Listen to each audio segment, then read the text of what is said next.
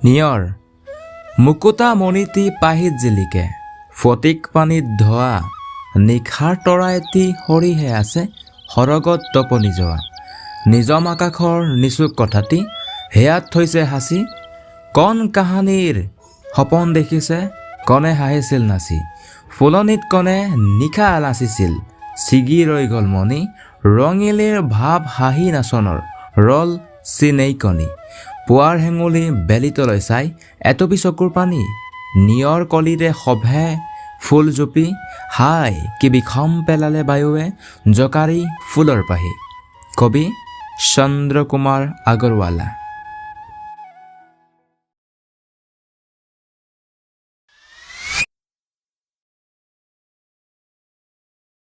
মুকুতা মণিটি বুলি কবিয়ে কাক কৈছে?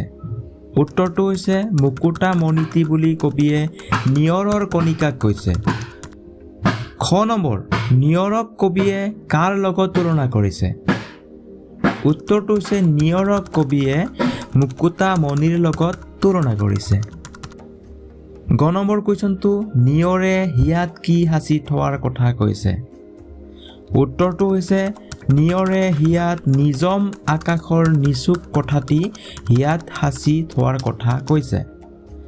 এতিয়া ঘ নম্বৰ কুৱেশ্যন ফুলনিত কি ছিগি ৰৈ গ'ল?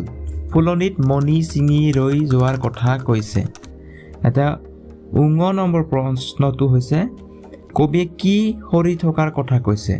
কবিয়ে ফুলনিত নিশাৰ তৰা এটি সৰি থকাৰ কথা উল্লেখ কৰিছে।